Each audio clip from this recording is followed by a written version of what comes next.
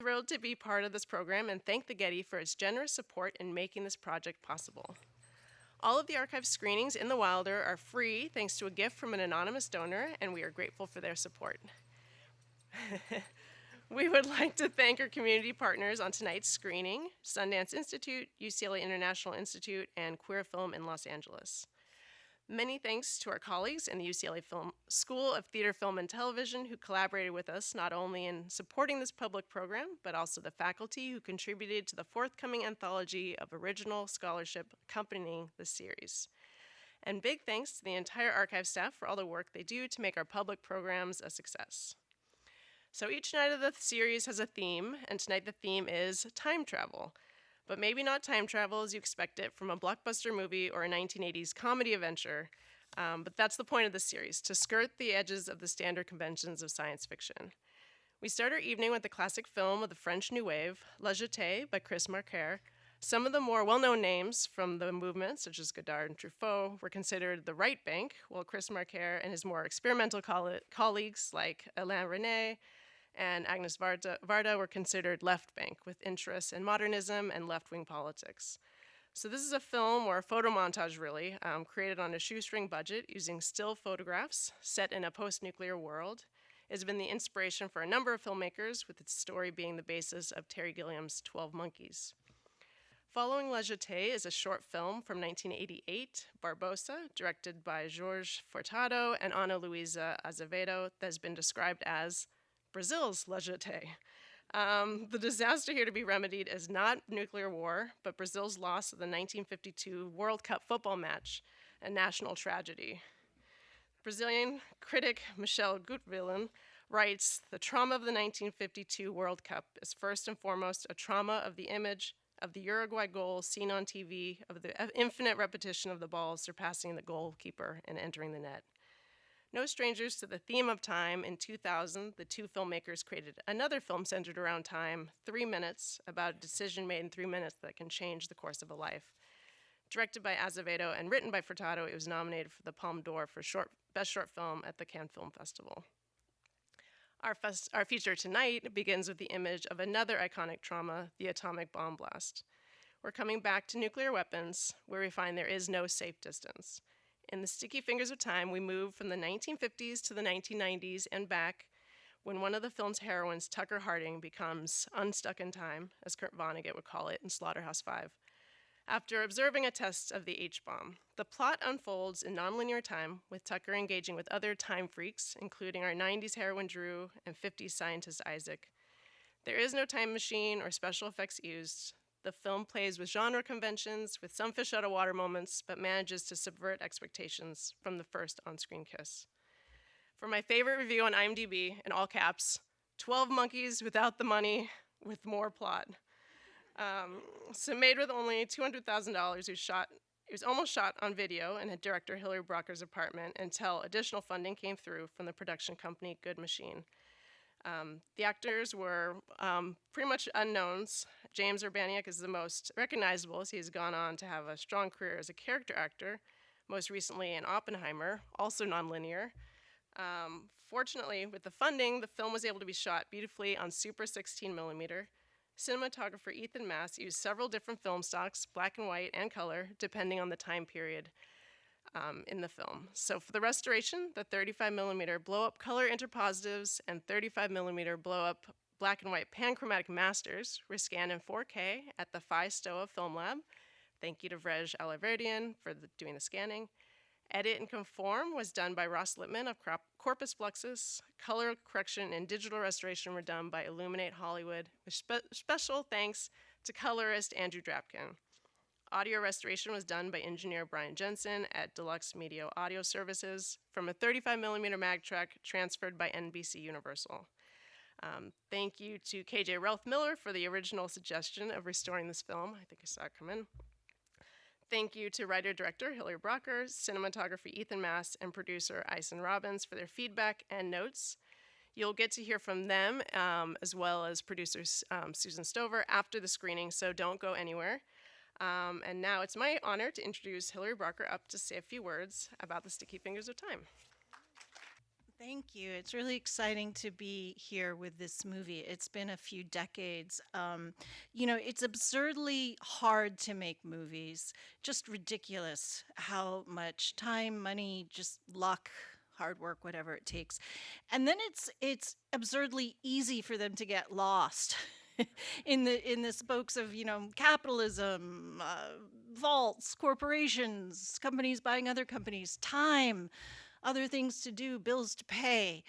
Um, and then somewhere in between is a whole lot of hard work that goes into saving a film like this and making sure that it can be seen on a screen.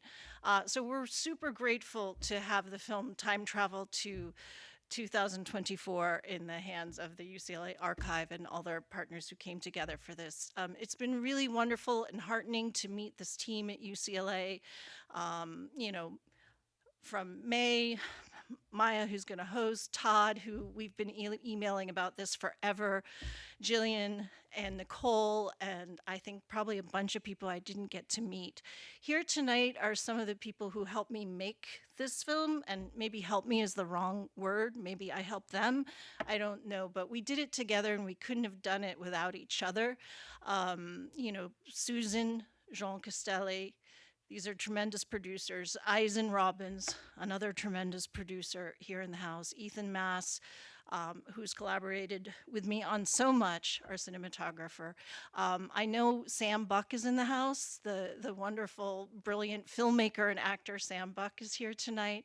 And maybe Julie Anderson is here. Yes, okay.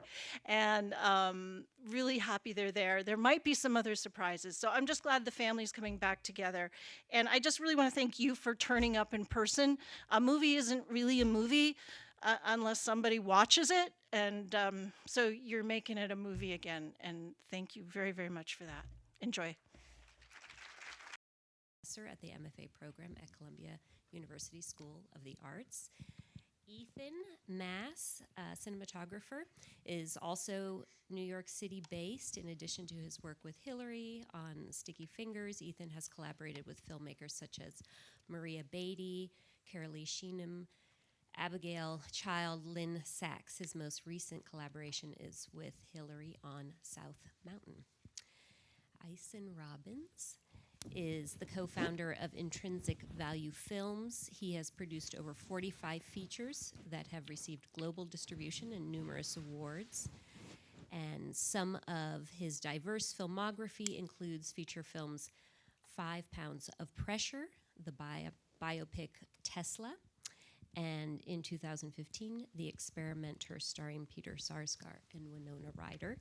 And Susan Stover, veteran producer of independent film, has worked with numerous outstanding independent directors, including many that have been showcased at Sundance, as well as other international film festivals, including Welcome to the Dollhouse, Kelly Reichardt's River of Grass. And also, Stover has produced 2 Lisa Chuladenko films, Laurel Canyon and High Art, which the archive has recently restored and which we'll be screening here next week. So a little cross promotion. All right, so this is our yeah. So thank you all for joining. I know you all traveled from New York, and we're so happy to have you here. The film looks. Yeah, I know. Travel is like easy for you all, maybe, or harder. The film looked beautiful. I want to just thank and acknowledge Jill. You're still here. Jill Borders, our head of preservation. Wonderful work.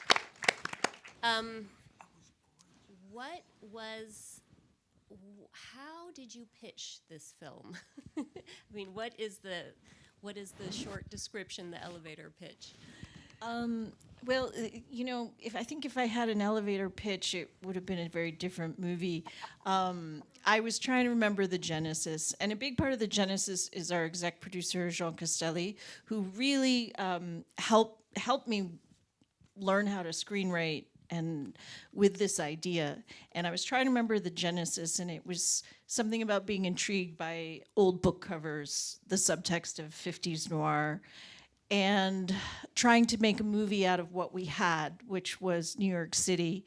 Williamsburg, specifically at that time, wasn't what Williamsburg is now. And this idea that we could maybe shoot an inexpensive film in New York City and the special effects would be editing. and so out of all that came this. I wanted to do something kind of whimsical, and you had asked me before at dinner, kind of what is this film about? And what I think I realized working with Jean and Isen and everybody else as we slowly developed the script, or as I developed the script, not knowing if it would ever get made, was that I was sort of interested in making a film about a young person who didn't know if they belonged creatively or to the world. They didn't know if they had a place. They weren't sure of themselves. So not a film about creative block necessarily, but finding a comfortable place to be creative and present.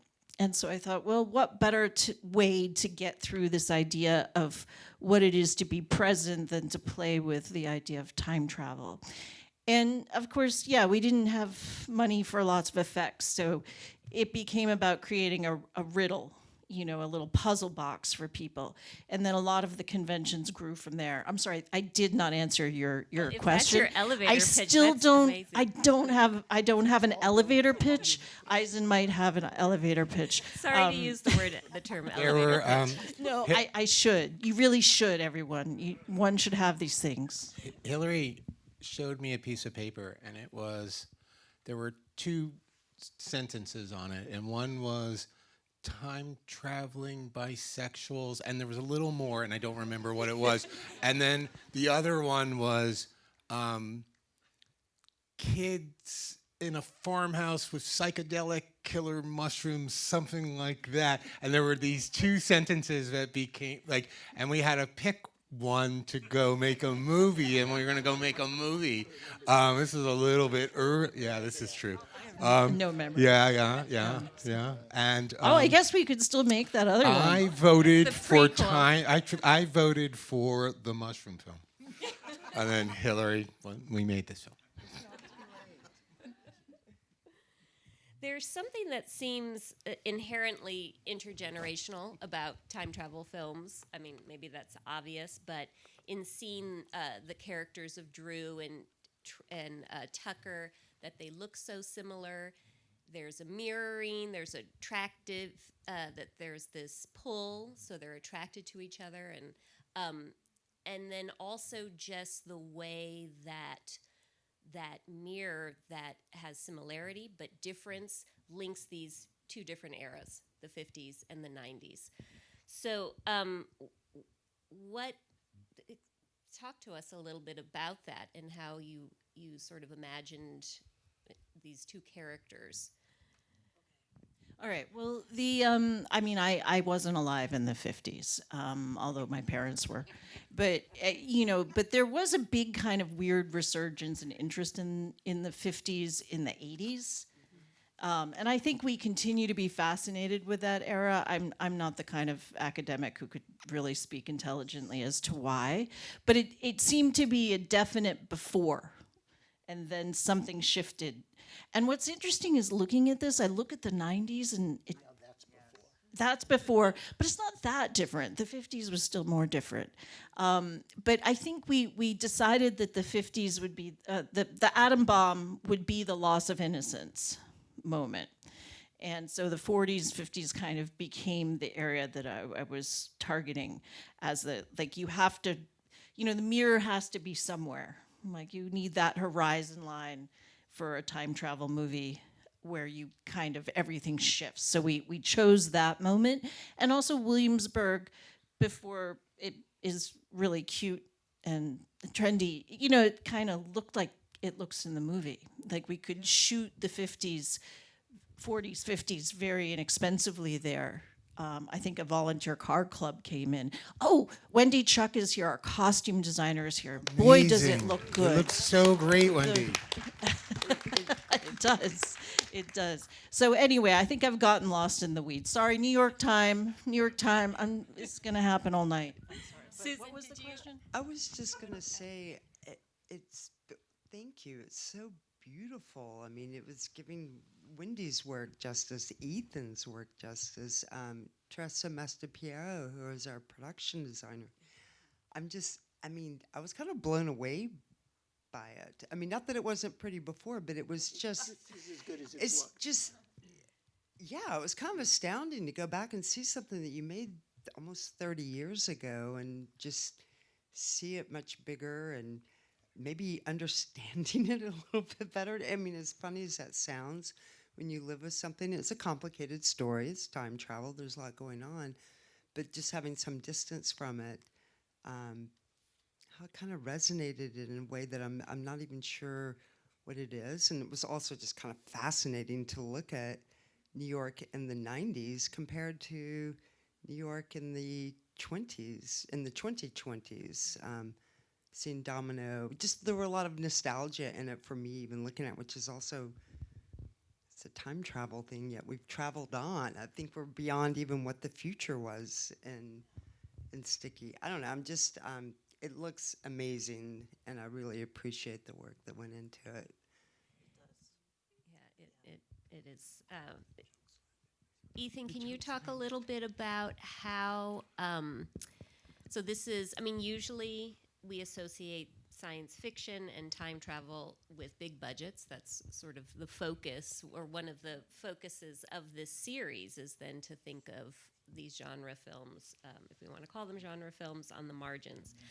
So for this film, where you have these really complicated narrative structures that you have to sort of think of cinematic devices that are going to be clear to the audience when there are these shifts in time. Ethan, how did you think through the look of the film? I mean, of course, in collaboration, but let's start with what you were shooting on and just sort of your visual mapping. Well, we shot the film on Super 16, which was, forgive me, was kind of the entry level way you could kind of make a movie at that time. The video options were very, very primitive. And so once there was the budget to shoot Super 16, there were a lot of, it really opened the door for a lot of films at this scale to kind of reach an audience and to get made and reach an audience. So we knew, and without getting too technical about it, there are sort of, there are certain things that degrade that image in the process of going from what goes through the camera to what gets onto a screen. And so we were trying to be mindful of that. And our biggest challenge was how to present the 50s material. We decided kind of early on that we were going to go along with the trope of the past is the black and white. But we really wanted the black and white to not feel like newsreel material, because if we had shot, Kodak had been really improving all of their films up until through the 90s. The black and white was really left to sort of, nobody was shooting black and white at the time. So the only black and white film available was essentially newsreel film. And we knew that if we shot that in Super 16 and then we had to blow it up into 35, and it would buy all this extra contrast, it would start to, it wouldn't look the way we wanted to. It wouldn't look like a film made in the 50s. Well, we wanted to make it look, we really wanted the 50s to feel present. That was right.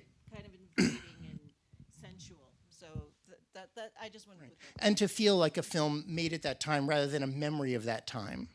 And so we were fortunate because shortly before we shot this, Kodak had introduced a color film that was intended to be a very low contrast color film. So we experimented with shooting, so the film was actually all shot with color film. And the black and white material is that particular color film desaturated. And that allowed us to get this sort of fine grain feel as if we had shot, with black and white that was as modern as our color films were, I guess. But in terms of, beyond that, I think we knew that we were going to be using, whenever we stumbled on things like moments to catch actions in mirrors or moments to sort of twin characters or actors, we tried to take advantage of those things. But on a schedule like this, a lot of that is sort of, obviously a lot of it is planned out in advance, but you sort of are always trying to stay open to happy accidents and things you stumble upon on set.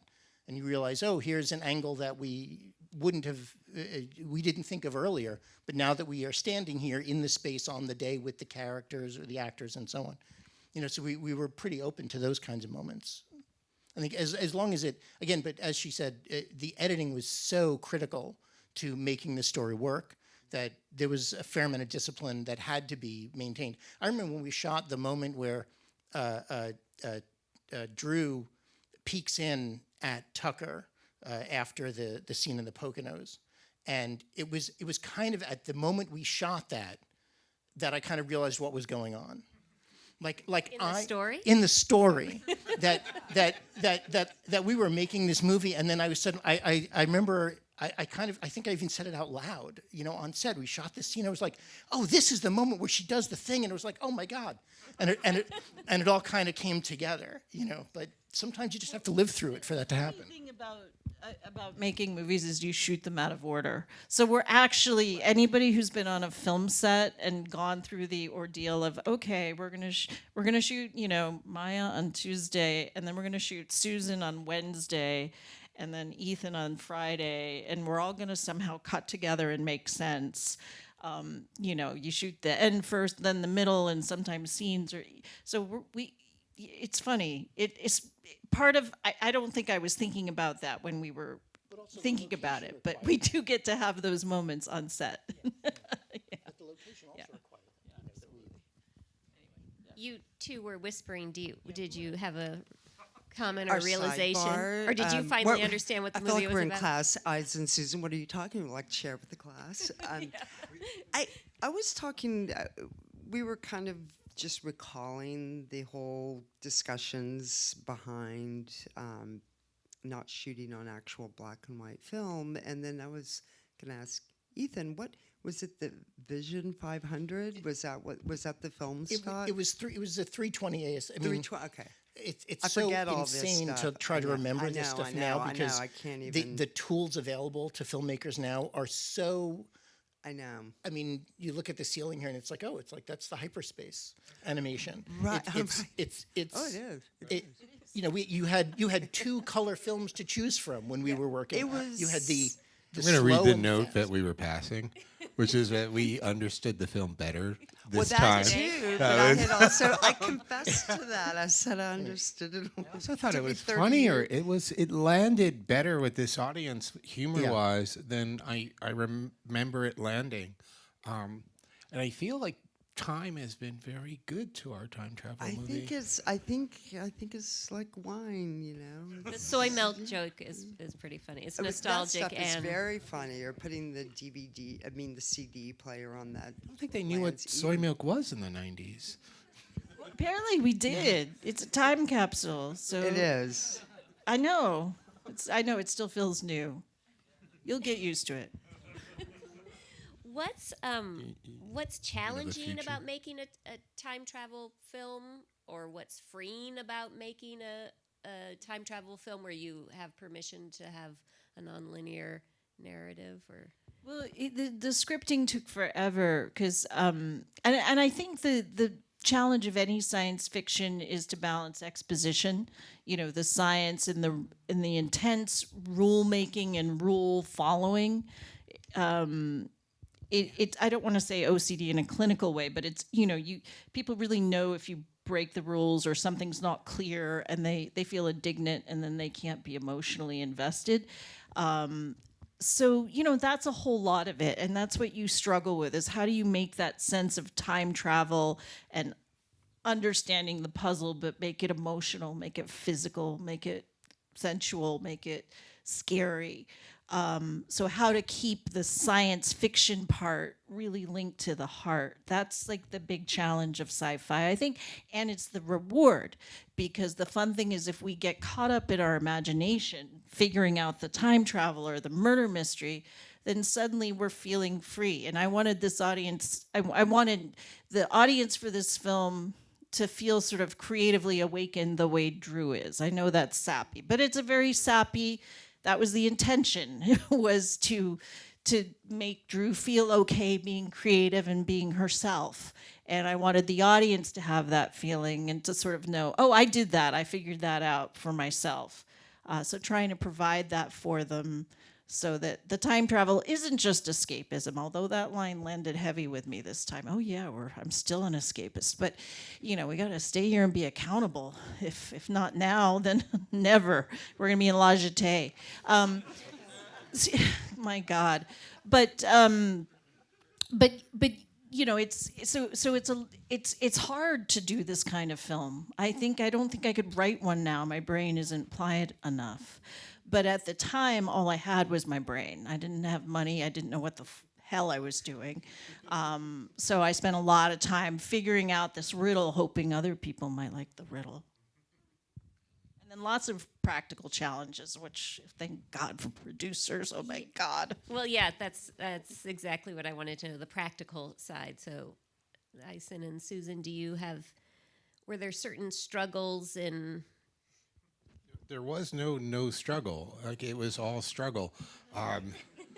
We took, I think we started making it in '95 or ish, and we were shopping it everywhere. And we went to the Independent Film Week. This was like a moment I realized, yeah, we would go there and there were people in cow costumes, and we pitched and put up flyers and got people to come to read our screenplay. And I remember I worked so hard to get buyers and powerful people to read the screenplay, and they had a list of people who read the screenplay, and there was no one who had read the screenplay. So it was really hard to get it to happen, and we just pushed and started finding little chunks of money from friends and family, literally family. And Hilary is developing a larger movie with Good Machine, which was Ted Hope and James Shamos's company at the time. And they had a set of investors who were going to, make some relatively large money from, and one of the leader of them was an asbestos lawyer who Crystal Pictures. I really never thought it was. I had a different opinion on what Crystal it was, and they threatened to put a big pool of money, and Ted and James and a man named Steve Menken, who unsung hero of this film, who brought Crystal Films. They were beginning to threaten to put some development money in, and then Jean Castelli, who also slaved over the script with Hilary and helped shape it, then gave us a little bit of money, and we just did not see the end. We just saw the very beginning, and just got enough money into a bank account to start shooting and get to the end of week 1, and we started shooting. Oh man, Isen, I'm sorry. Yeah, It was really hard. I think we had the money committed for the production by the time we went into week 1. I have a slightly different memory, which where all those people did come together, but there was a certain amount of money that had been put up to make films directed by women. Hilary and Beth B. and was it Alice? Who was the third person? I'm not sure, but it's going to come to me like in 5 minutes. I know. So I kind of New York City based women Yes. filmmakers? Nancy Savoca or It The was first timers mostly. I don't think Office Killer was part of it. no. It was. I don't know if it was going to be.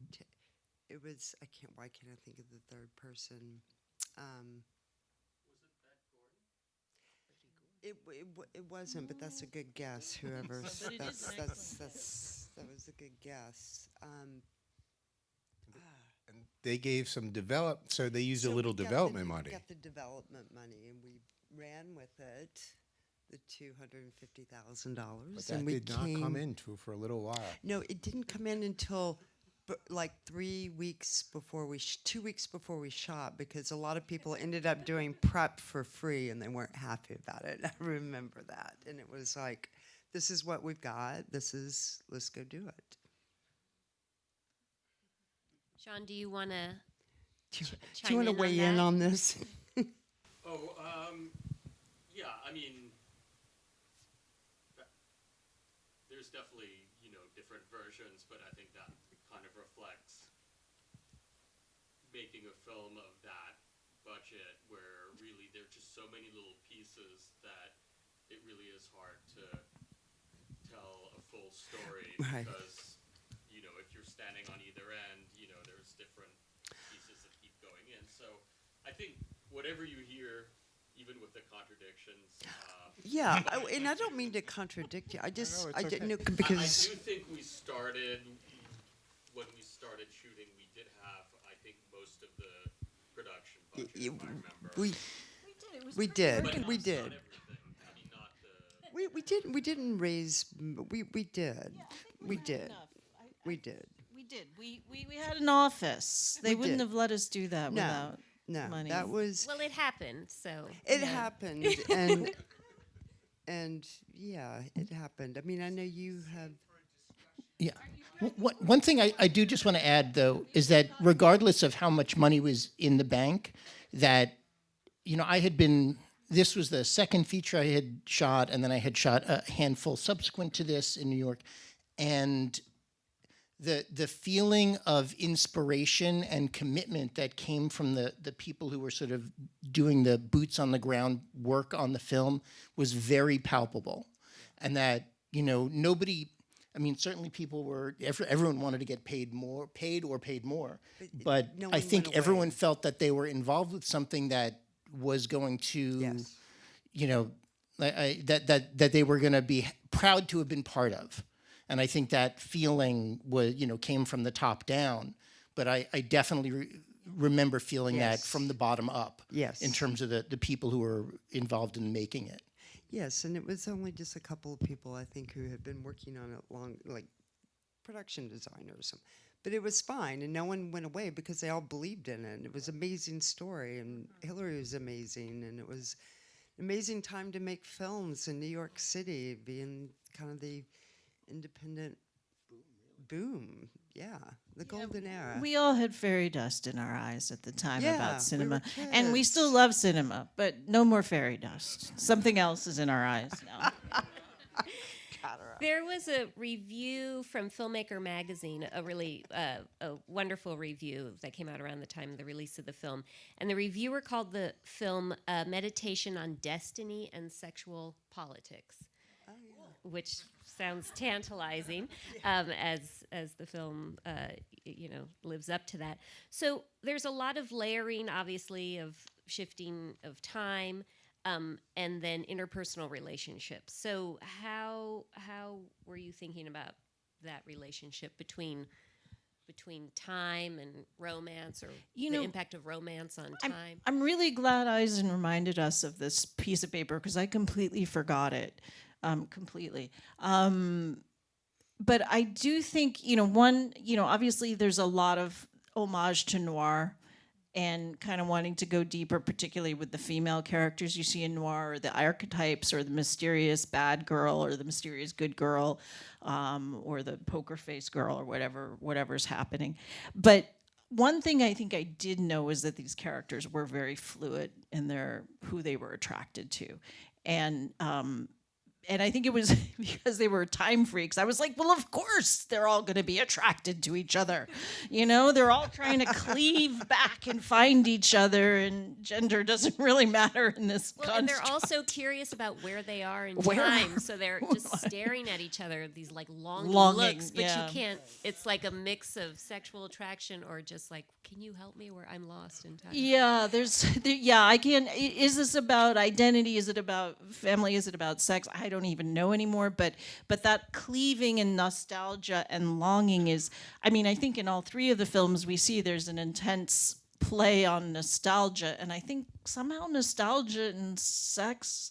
I don't know why, but I think they have some of the same DNA, and so that it wasn't a really political idea, although I did feel like, oh, this isn't a coming out movie per se, but it's time, we should have characters, who aren't all straight all the time in science fiction. Why not? And so that was sort of a decision that we were going to keep it kind of like, teasy, like campy pre-code films were sort of seductive, but really this is about the fun of the science and the longing and the weirdness, but that these characters all could be very fluid.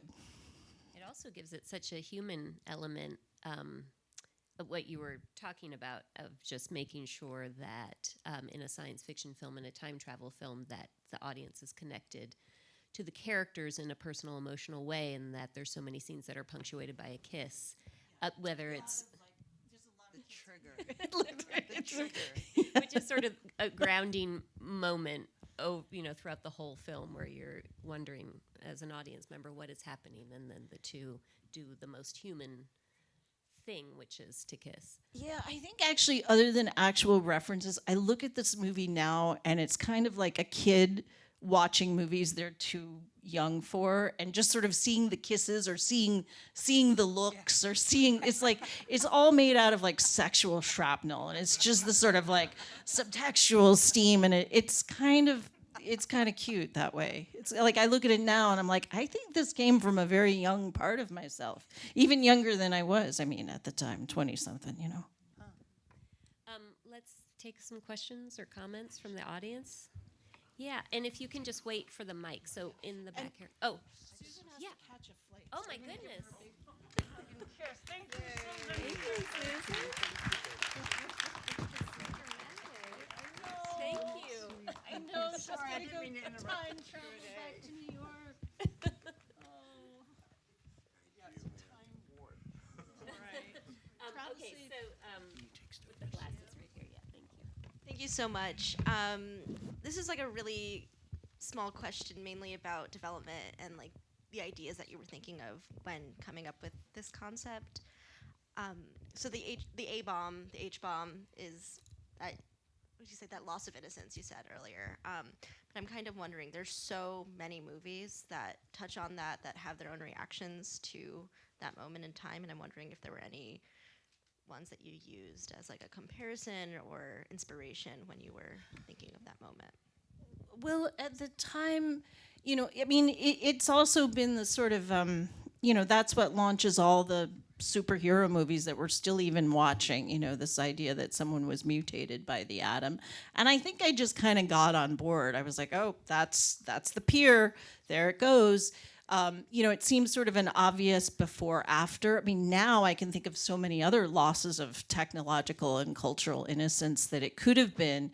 But at the time, it seemed right. And also to do this 50s drama, it seemed like the thing that actually could have gotten Tucker is exposure to it. But, as much as I think I'm very moved by the idea of like, hey, we're still being poisoned by depleted uranium. And, they're charging up the nuclear power plants again, and there's, whisperings of war. All that is very real. I think when I was thinking about the bomb, I was thinking about, how did it shift our idea of who we are or what we could become? That all of a sudden we're thinking about superheroes, but we're also maybe thinking about being time freaks and sexually fluid and traveling through time. So I think it did seem like a very obvious place to divide, to launch these time freaks. Ethan, you were going to say Well, something? I was just going to, it just occurred to me that in Tucker's time period, it didn't become a launching pad for superheroes until 10 or 15 years later. But what it was a launching pad for in fiction was monsters. It was, the 50s, was all about the terrible monsters, Godzilla and the giant ants and all the stuff. Yeah. So it was really, the thing that was good. Yeah, anyway. Other questions? Up here in the back.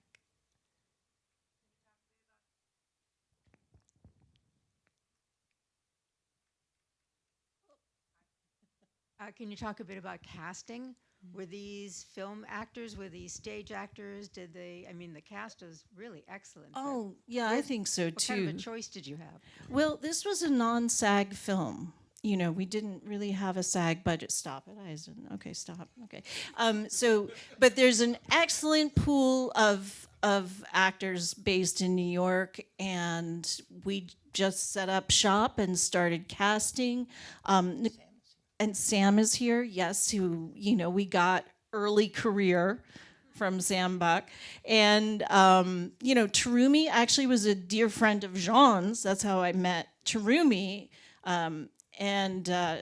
She's just kind of extraordinary. Nicole is an actor, but also a sound artist and musician, and does a lot of different things. And I can't remember how we found her, but there was a lot of sort of traditional casting, but also like, hey, do you know, here's a person who's really interesting. And it kind of pulled together from kind of nobody flew out as far as I can recall. So this is kind of who was in New York, who felt right. And honestly, I could have cast 3 more movies out of everybody that we saw for this film. It was, it was really fun casting it, actually. We had casting Yeah. directors, right? Yeah, absolutely. Susan Shopmaker worked real hard and brought a lot of people. And then we kind of moonlighted with Ann Goulder, who lived in the apartment that we shot the Sticky Fingers of Time in. That now Isen which I lives now in. live in. We've been occupying that apartment for decades in one way or another. This Haunting it. film, yeah. Other questions? Does anybody have a question about the story or the plot? Thank God. Okay. Yeah. Well, I was actually curious. Yeah, was it clear? Is it clear? Who knows? But I don't know if I could answer any questions at this point about it. I think you just have to kind of make up an answer if something doesn't make sense. Yeah, I guess one question was that I was thinking was did they solve the problem of Tucker's death? Yeah, because she stole her. Well, the idea is she stole her airline ticket so she couldn't go to she Nevada. changed history in So that she way. basically got herself stuck in the past, and she probably won't be able to travel anymore. She'll be the anomaly. And then we didn't worry about it. Like, would she go away in a poof of smoke or something? We just said, no, that's enough. So she probably did end the time freak line, or did she? I don't know. Or maybe she shifted it to a different time freak line. Yeah. There's always alternate universes. I was thinking in the TV series, she's the billionaire owner of Right, of a major sports franchise that suddenly becomes the I'm not sure I need a writer. Hilary? Anybody else? Yeah. If you could just wait for the mic, it's coming down to you.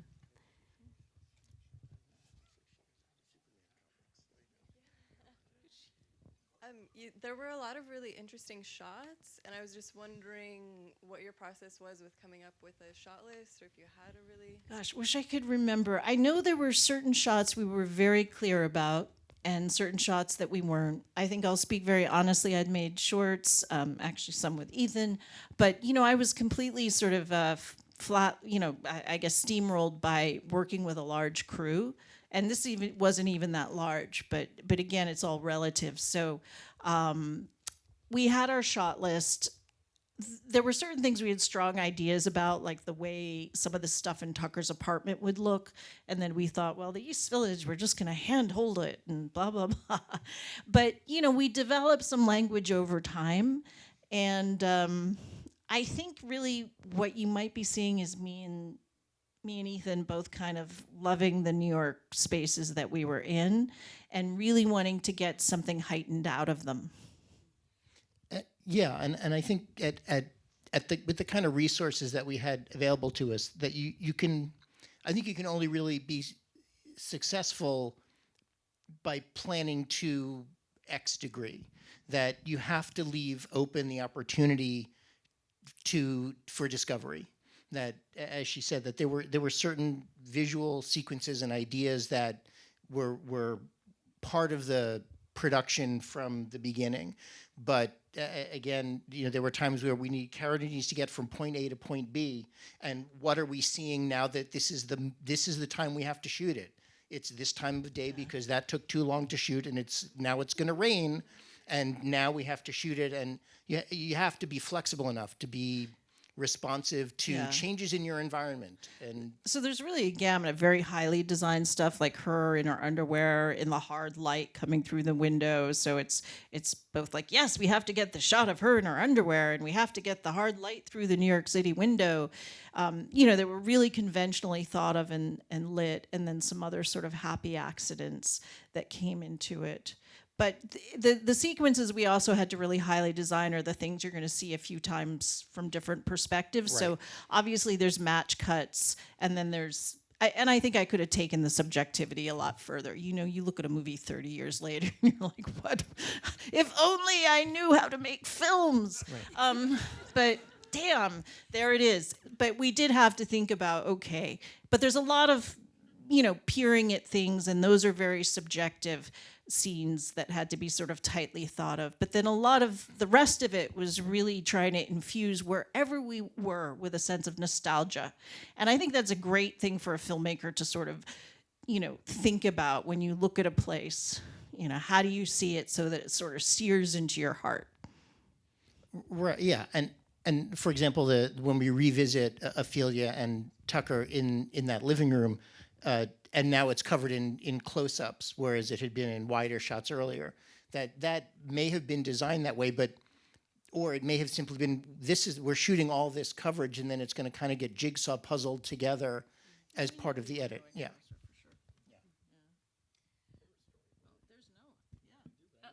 You need a mic. Hang on just a sec. There we go. Hi. In watching it again, I haven't seen it since 1997, I was wondering about what the decision was, where you're going to put, let's call it the exposition, right? In many science fiction films, the question is, how do you inform the audience? At what point do you tell them so-called what's going on, right? In the original Night of the Living Dead, it's very surreal until they're all watching a TV newscaster explaining sort of what's happening. Whereas in Blade Runner, it begins with a definition of what a replicant is, right? It's not until relatively far into the film that the Isaac character gives an explanation of what time freaks are, right? Did you think about putting that in different places? Why did you decide to put it where you did in the film? Well, I don't think I was aware that I was doing this, but of course, when you're dosing out that kind of rule making, you have to think, okay, how much can an audience take in at a given moment? You can't throw it all at them right away. And honestly, I probably did throw too much at them. So, because, we have the fingers, we have the time has these 5 possibilities, and then the article comes in. But Jean was really a huge, we just had ridiculous amount of discussion about where had we told the audience what. And one of the most helpful things was actually going back to Alice in Wonderland and the White Rabbit. It kind of gave us a very loose but somehow core understanding of the journey we're going through. And of course, that's not a book that's full of plot, but the idea that we were taking a journey and that we had to measure the sci-fi with also that sort of poetic, surreal experience, that emotional experience. And honestly, yeah, we were trying to put the exposition in places where it's emotional, because that's where people care what a time freak is. If, you tell them in the first 5 minutes, why would they care? But if they've gotten attached to a character and they'd like her to not be dead, then they're going to pay attention and say, oh, I better figure out what the filmmaker's saying about the rules. So I think the trick with exposition is you have to marry it to emotion and make the audience give a shit that they're going to hear it. That's why we cry when we watch Blade Runner while they talk about science. Well, I think we're out of time, but that also is a kind of interesting way to end the conversation about Blade Runner. I don't think I've ever cried in Blade Runner, but thank you. Maybe they cry. Yeah. What's his name cries in Blade Thank you, Runner? Hilary, Ethan, Isen. Tears and rain. Thank you so much. Thanks, everybody, for coming. Thank you all.